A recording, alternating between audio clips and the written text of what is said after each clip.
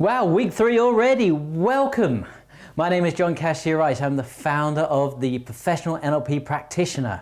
And in the last couple of weeks, we've been exploring some of the principles that drive the unconscious mind in our quest to understand what drives human behavior and thus moving towards success in all areas of life.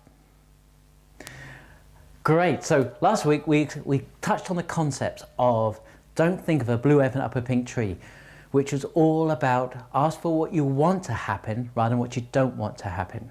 And if you hadn't had a chance to go and watch that video, I highly recommend that you do. Stop this video now and go and do it. We'll wait. Excellent, you're back. Okay, so that principle that the unconscious mind does not process negatives was the underlying principle of all influencing techniques. And some of you realize, especially if you're coaches, it explains why when you're setting goals, you want to ask for what you want rather than what you don't want. And you know, sometimes people will tell you what they don't want when setting goals. They'll say, you say, so what do you want? Oh, I don't want to fail the exam. No, that's what you don't want to happen. What is it that you want to happen? Well, I don't want to get a bad mark. No, that's what you don't want to happen. What do you want to happen? I want to pass the exam. There you go. Now that places the right image in the mind. We also looked at behaviors and habits and how the principle of least effort can work for us or against us, and how our unconscious mind scans our behavior to automate the process. And it's really important that certain skills and actions and behaviors become automated, because we started off the series talking about the conscious mind processes 7 plus or minus 2 chunks of information. And that was on a good day. So yes, we want a lot of this automated. We noticed that the unconscious mind, even if you think you've got some bad habits, it's not doing it intentionally. It's going where you're investing your time and energy, and let's automate that. So if we decide via purpose what we want to do, we're more likely to program that in. Made a lot of sense. And this week we said we'd explore the health implications from the unconscious mind. Right, so before we do, highest job, bar none, for your unconscious mind is to protect you. And you know that's true. Because if you've ever been crossing the road and you stepped out onto the road and then you pulled yourself back and a car's gone whoosh, that was your unconscious mind protecting you. Now we said your unconscious mind processes millions of bits of information, and it tracked your environment and said danger, pull yourself back. Now you can't even move your fingers consciously. Conscious mind says move fingers and they just move. Now if you consciously moved your fingers, there's about 159 muscles between here and here, I understand. And you'd have to know how each of those worked and how they interacted together. So you'd be going, okay, relax this muscle, but contract this muscle, relax, contract, contract, relax, contract, contract, contract, relax, contract. 10 minutes later, you'd go, oh yeah. You can't even rely on your conscious mind to keep you safe. Because if you relied on your conscious mind to keep you safe, you'll step out into the road and go, car coming, better move, legs, backwards. Way too long. So highest job, bar none, is for your unconscious mind to protect you at all times. Now, one of the principles we're going to explore is that your unconscious mind also represses negative emotions and feelings and situations. Okay, have you noticed that life happens to us? Yeah. We have little stresses going on, big stresses, and you just got to get on with your life. So you might be driving into work and somebody cuts you up on the road and you don't get a chance to show them a polite little hand wave to show your appreciation. Or you go into work and somebody looks at you funny and you think, what have I done now? Or something a little bit more major happens. Well, the unconscious mind realizes that you need to get on with your day and just function. So your unconscious mind takes all this information and holds on to it. And where does the unconscious mind tend to put these stresses? In the body. So then at some point your unconscious mind goes, yeah, we've got some stuff to work on, so I think I need to signal you. Those signals seem to be aches and pains in the body. So go and have a massage. It's a good thing to do, not just for your body, but for this as well. In my opinion, I'll always tell you what's my opinion and what I've researched, but in my opinion, 80% of the aches and pains you feel throughout your body is normally to do with what's going on inside here. 20% is some sort of structural thing where you're just holding your body in odd angles. That's what I mean. Go and have a massage. It's a good thing to do. Or any body work. Anyway, let's say you don't. Those signals the unconscious mind tends to send you are these little aches and pains. And like I said, they're niggly. They're little backaches and little headaches, just little things.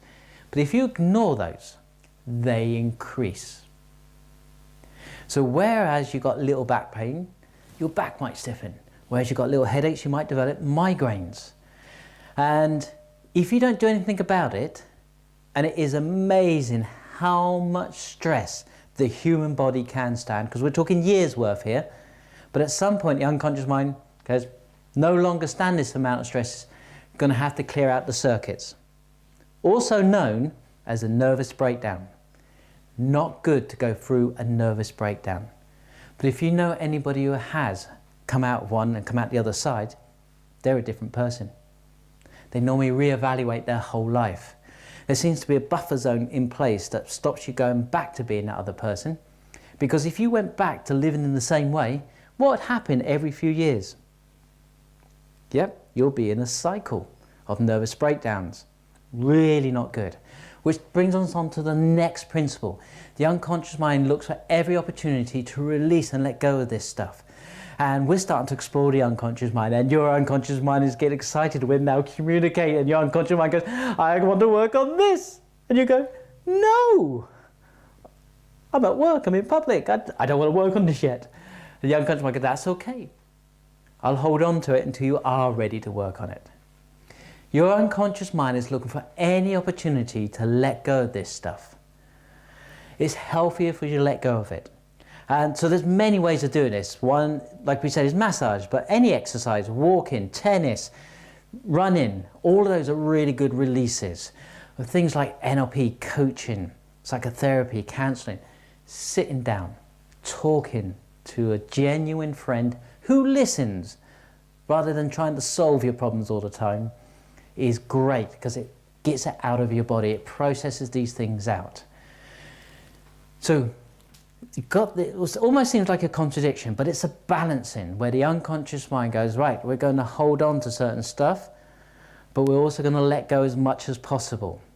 And like I say, I think it's healthy to let go of this stuff because it takes energy in the body to hold on to this stuff, whereas you let it go, you're going to have more energy to work with.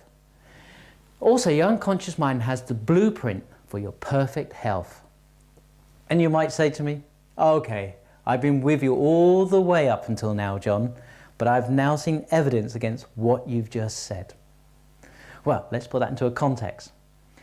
What about people who overeat? Well, do you know, as long as there's no kind of clinical reason for it, there is huge amounts of mechanisms between the brain and the stomach to stop you overeating. So you eat some food, the food goes down, it gets processed and signals come up, electrical, chemical, i.e. hormones, come up, essentially says, stop eating. Thanks for the food, we've had enough. But because we've got a conscious mind, we go, this is Belgian chocolate. I must eat the 2 bars now. And we override those signals.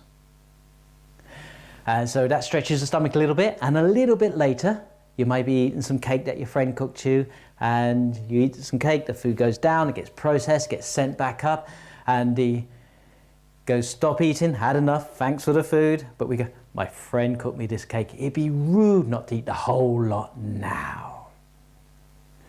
So you can override those signals. What about people who overeat? We've done that one, sorry. What about people who start smoking? Well, if you've ever started smoking or seen somebody who starts smoking, it's not just their unconscious mind saying they don't do it, it's their whole system. But as they go green and they want to throw up and they've got this foul taste in their mouth, they're going, yeah, but look how cool I am. And they override those signals. So you have conscious choice. So connected to all of this is to generate and distribute energy. So we could go mystical. We're not going to go mystical. We're just going to talk about physical energy in the body. So let's say you're at work and you get given a project and you're excited about doing the project. You go back to your family and say, they finally give me this opportunity. I'm really excited. But for the next 6 months, you're not going to see a lot of me. I'm going to have to work evenings, weekends. So I need you to support me. And your family says, well, what about us? And you say, at the end of the 6 months, spend quality time with everybody. And they go, are you sure? And you say, yes. You book a holiday anywhere you want to go, but I need you to support me. And they go, okay. And you're up extra early. You start exercising and people are coming down with colds and flus around you and you're going, mere weaklings. No sympathy for you. Look how much I'm doing. And then the first week of that holiday, you had the biggest cold or flu going and you're bedridden. And you get no sympathy from the family because they say you always do this. And they go out and enjoy themselves, you suffer in bed. And that's partly because your unconscious mind went, oh, so we need all this energy and motivation for these 6 months, then we're going to catch up on things like colds and flus. Yeah, okay, I can do that. Much more powerful than that.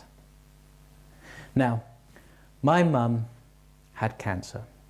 It came and went for many years, and it got to the point where hospice said to her, where would you like to spend your final days? Would you like to stay here or go home? She said, I would like to go home. And they were amazing. I cannot fault them in any way. They got her home, they got her comfortable. And what they indicated to me was this. We're talking 7 to 10 days. But it was close enough to my youngest daughter's first birthday that she went, I'd really like to see my granddaughter's first birthday. And I don't know how she did it. She stayed alive just under a month, and then she achieved that, and it was close enough to Christmas. She set herself another goal. And I really don't know how she did it. It was just amazing. And she stayed alive just about another month. So we had an extra couple of months with my mum. And then between Christmas and the New Year, she kind of went, I've achieved those goals, and peacefully moved on. Isn't that amazing?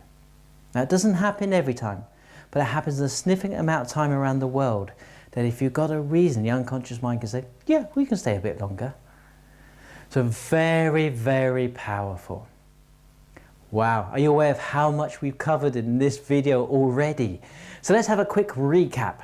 So we started off recapping from last week about the principle of least effort and does not process negatives. Then we started to talk about the health implications and this dynamic balance between you needing to function and the stresses that go on, but also releasing these stresses. We talk about mechanisms for letting those things go.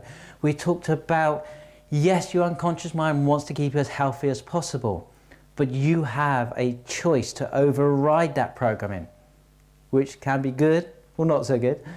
Also, we talked about generating and distributing energy. So we can see that tapping into the unconscious mind and understanding that process of how the unconscious mind affects our behavior can have such an impact in all areas of our lives. Now, in next week's video, we're going to change track a little bit.